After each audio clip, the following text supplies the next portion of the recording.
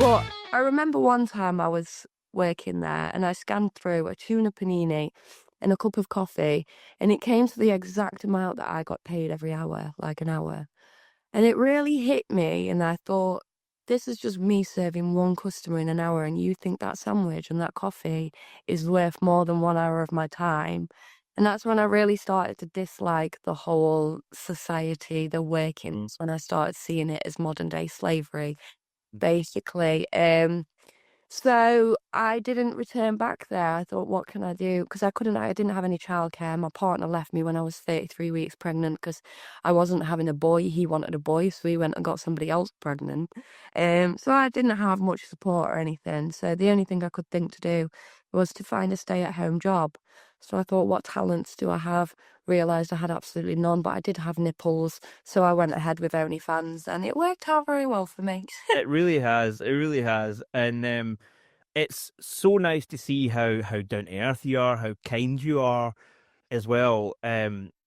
Especially with that kind of, because you get that kind of that northern lass feel, but yeah, quite rough around the edges, and but you're genuinely nice, genuinely kind. I mean, the fact that you've taken time out your day to do this, for me, you don't know me, you don't know anything about me, but you've taken your time to talk to me and give me your time, which is And very to important. take some time out for a lot of people that have obviously supported me throughout this, the videos and stuff that have been made. I've been looking through them. I've been liking, I've been commenting, I've been trying to help people where I can because I genuinely do appreciate the level of support that I've received. And if I can give back, then that makes me happy as well. It's so nice to see how loved you are, as well. Like, as I said before, like I did not expect that video I put up to do as well as it did. I mean, my video was tend to only got 200-300 people. That's fine. I'm happy with that. And then this one video gets like 140,000 views, and 600 women are commenting on it, saying how nice a man I am. I'm like, do you know what? I'll take that. That's fine. Yeah. It is, I want to give my time to men like you, the men that have spoken out, the men that realise that that kind of behaviour is detrimental to women and it is happening a lot. And the fact that you spoke out about it, so many of us appreciate it because it's been a lot of women and there's been a few men, but obviously the opinions are quite divided. So I want to say thank you to you as a man for having the women here. I appreciate it. Behave.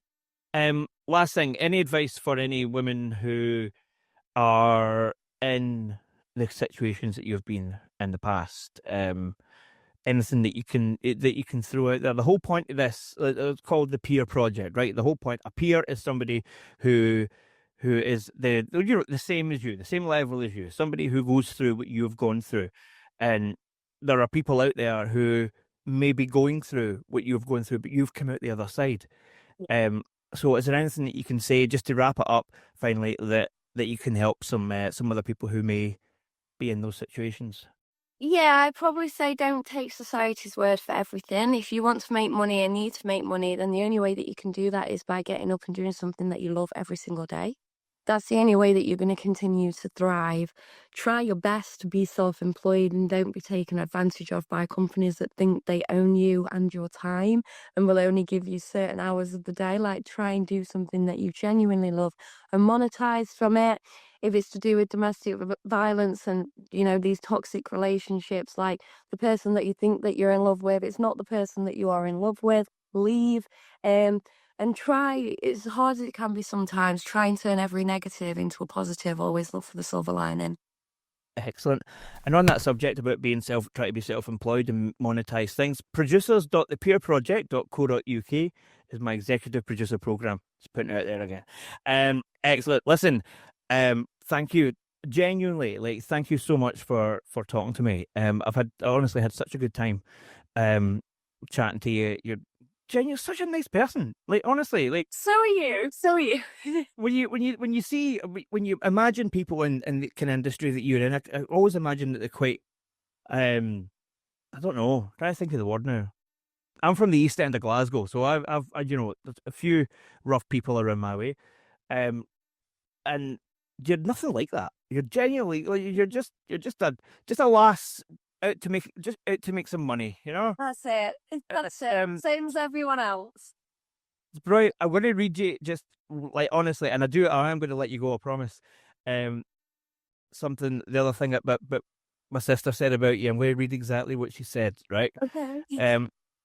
Because she's going to talk about you in her presentation at college, because she's doing it about children's awareness of sex and getting taught over the internet about intercourse and stuff like that, and focusing on rough sex and how you seem to be bringing back the fun into pornography, and hopefully that'll deter children about that, you know, because obviously everything you see is very explicit, very rough, very like sex crimes are on the rise because of that sort of stuff and that. But you are bringing the fun back. That's what she's saying there, and I think she's right. Yeah. I think she's right, because it's you're just having a laugh, aren't you? Yeah, a mix of humour. I mean, I don't think you're having sex unless you stop and laugh at something. Like, there's got to be a queef or something in there, surely, that makes you laugh. But yeah, it's for the children being taught about sex as well. What I will say is I think it is so important. So many people are saying 5 years old, because they've started doing sex education at 5 years old now. Yeah. I wish I didn't think that sex was a terrible thing when I was 5 years old, because then I could have told somebody what was happening to me. So I think it is so important that, you know, we don't try and make children think that sex is naughty, that sex, obviously they don't need to see it, but I thought I was going to be in huge trouble, so I kept quiet for so long. So yeah, one thing I will say on that subject, which is very, very important to me, find a sensitive way to do it, but please let the most vulnerable people in this community have some understanding and awareness of what it is, because they are the people that need to know. They're the people that need to be able to approach an adult when something terrible has happened.